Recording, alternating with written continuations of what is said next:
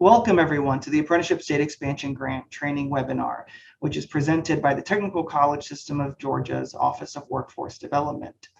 My name is Brandon Oda. I'm the Business Services Director for the office, and I'm joined with Marcus Weathersby, who is the Apprenticeship Manager for the office. And Marcus, with that, I will turn it over to you. Okay, thank you, Brandon.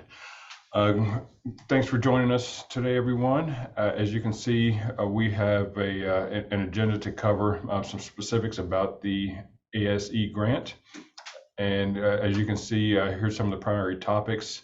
We will have a general overview of the grant, what it's for, how to use it, eligibility, the implementation process for that. Who is eligible for reimbursement, and just a general idea of how that works through the process.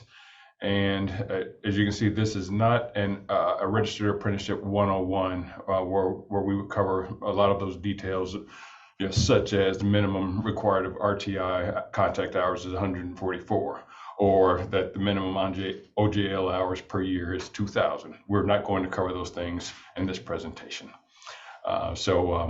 Looking forward to sharing some of these details and hopefully getting everybody on board with the ASE grant. So again, with the ASE, many of you were introduced to this grant earlier on in the year, and now that we have new staff on board, we just wanted to reintroduce the grant now that it is the primary source of additional funding through our office. This was awarded through U.S. Department of Labor. The grant period started in July of 2019. Many of you were implementing the AAI grant because it did expire sooner, so we still have some time to continue this.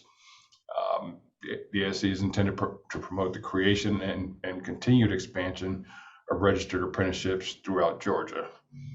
Some of the primary main objectives of the grant: to increase the number of registered apprenticeships or registered apprentices, increasing the diversity of apprenticeship participants and industries, such as women in manufacturing or men in healthcare, as a couple examples, and also to further integrate registered apprenticeship programs into various state and workforce development, education, and economic development strategies and programs throughout our communities, and to provide additional support in addition to the technical assistance through our office.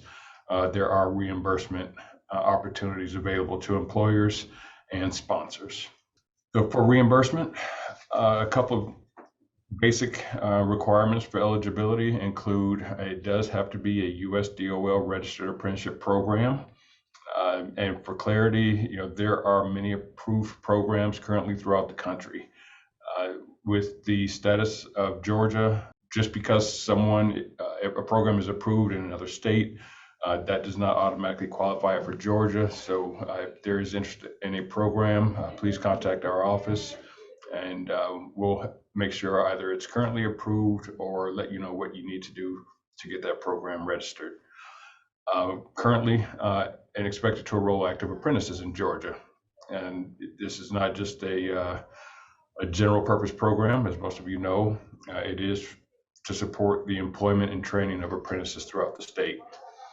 And additionally, there is a requirement that the occupational focus needs to be in one of the 17 target industries for the grant. And just so you know, and we'll go to the next slide to get an overview of those industries. These industries were aligned with the HOPE Career Grant to provide a little more seamless understanding and basic eligibility. Now, clearly, these are not necessarily the titles of the occupations. There are many occupational categories that fit within these headings. So again, feel free to contact our office, one of the apprenticeship specialists, or myself, or Alex, to confirm eligibility for the grant. Okay, eligibility for reimbursement. There are two primary options for receiving reimbursement. One is the employers are eligible for up to $1,000 of reimbursement for supporting costs for the apprentices. And again, as I mentioned at the beginning of this presentation, the period of performance for ASE started July 1st, 2019, and it currently runs through June of 2022. Sponsors are also eligible. All technical colleges in Georgia are, as you all know, you are sponsors, and to support your efforts for tracking and supporting apprentices, you can be eligible for up to $300 of reimbursements per apprentice for your time and effort during this period. For an overview of the eligible expenses, many of these are expenses that most of you are familiar with because they were similar to the AAI grant, which includes costs of tuition, fees, including testing fees, assessments, books, and supplies for the RTI portion, tools and supplies that might be required for the on-the-job learning portion, supportive services, although this may be a minimally used portion of the grant due to the funding limitations. Supportive services are also eligible under ASE.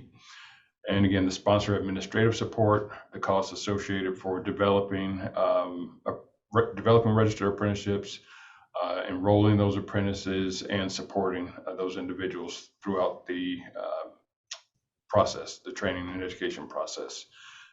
And then just to clarify, ineligible items, the apprenticeship recruitment and related activities, wages for the apprentice and mentors, and general operating equipment for the employer. Those are not eligible for reimbursement. And moving forward, I will turn it back over to Brandon to give an overview for participation in the ASE grant. Thanks, Marcus. So one of the questions that you all probably have as employers and sponsors is, how do I participate in this ASE grant and receive the reimbursements that you all have discussed to support the registered apprenticeship programs that I have and I'm going to create in the state of Georgia? And we've narrowed down this process, one, to comply with both federal guidance and internal policy here at TCSG, into 4 steps for you as the registered apprenticeship sponsor or employer to participate in this grant. So the first step is to get grant participation approval from OWD. So as you saw in the beginning, there are some eligibility requirements for the registered apprenticeship programs that participate in this grant. So the first step would be to complete the registered apprenticeship program checklist and related forms. And this is a sample of the form that is required for all sponsors or employers looking to participate in the grant. You'll have to submit to us the apprenticeship program work process and related instruction outline, as well as the employer acceptance agreements for all the employers that will be participating under this grant. If you are a non-TCSG institution, you'll have to become a vendor supplier for the state of Georgia in order to receive reimbursement. So there's 3 vendor forms that you'll have to complete. And if you're a non-TCSG institution, you'll also have to provide us with the US DOL standards of apprenticeship, which are the documents that you submitted and got approved from US DOL to operate your apprenticeship. So that you should already have on hand as a registered apprenticeship sponsor or employer. And once approved, so once you complete this checklist, you'll submit it to one of our apprenticeship specialists who can also help you complete the checklist and clarify any questions that you have.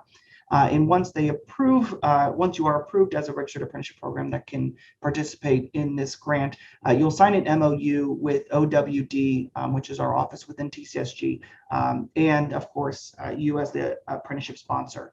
And that's just to go over the parameters of the grant in the process to receive reimbursement, as well as to enroll apprentices under the grant.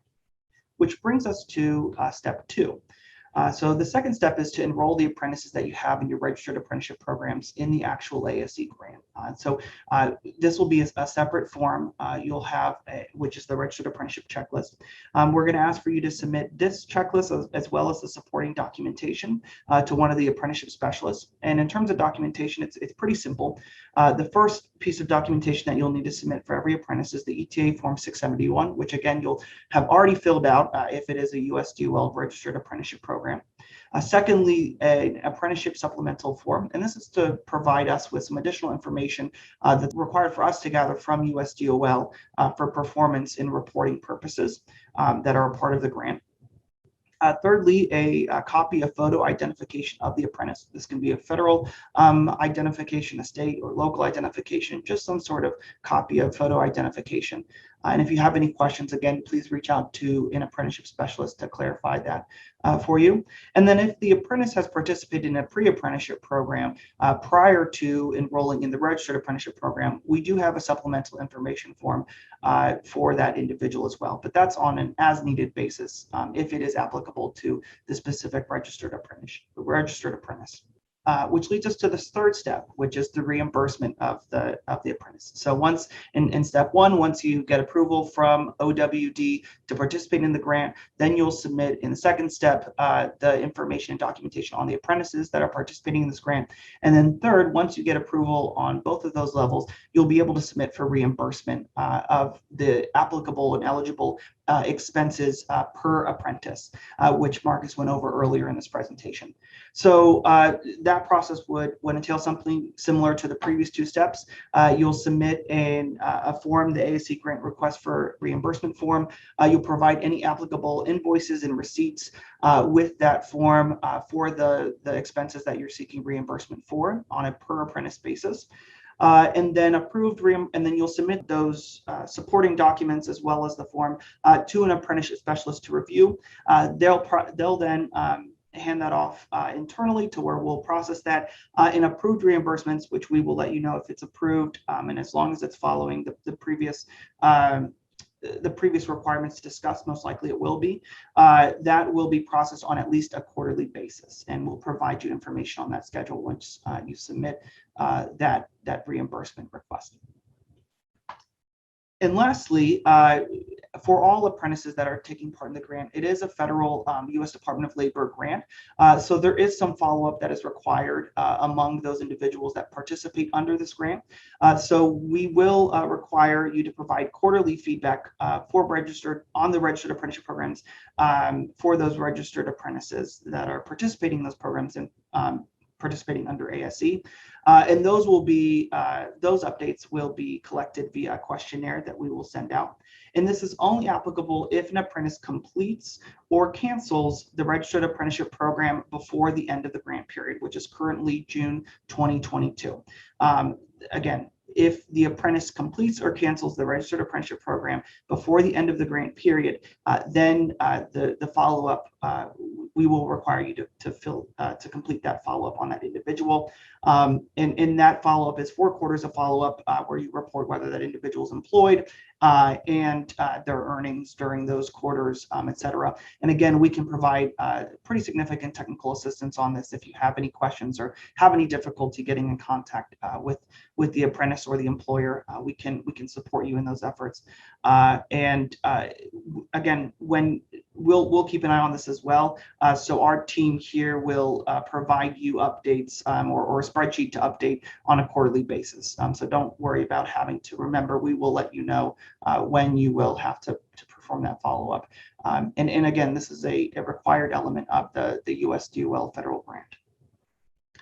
But with that, that's essentially the nuts and bolts of how to participate in this grant. It's 4 easy steps. Everything is outlined in those forms, and all of those forms are available on our website for you to look at. And if you have any trouble finding them, please reach out to us.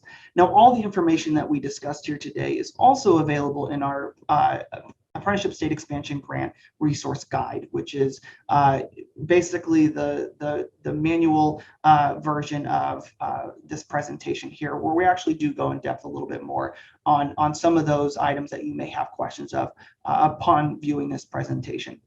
With that, I think that concludes all the information that we have to share currently about the ASE Resource Guide. To talk to you a little bit about the team that throughout this presentation we mentioned. Like we mentioned at the beginning, my name is Brandon Owen. I'm the Business Services Director. Marcus Weathersby is the Apprenticeship Manager. But those apprenticeship specialists that we talked about quite a bit are Winston Oluwole and Tammy Roper. They're the ones that are able to provide that direct technical assistance and answer any questions specifically related to the grant or registered apprenticeships in general. And in terms of the back end and the paperwork and the processing of everything, if you have any questions related to that, please go through the apprenticeship specialist, or you can also reach out to Alex Brown, who is our apprenticeship administrative specialist, who will be coordinating with you through the registry or through the approval process, as well as the follow-up of the apprentices. But with that, that covers all the information that we have today. If you have any questions, please reach out to any of the individuals on this slide, and we look forward to having you all participate in the Apprenticeship State Expansion Grant. Thank you.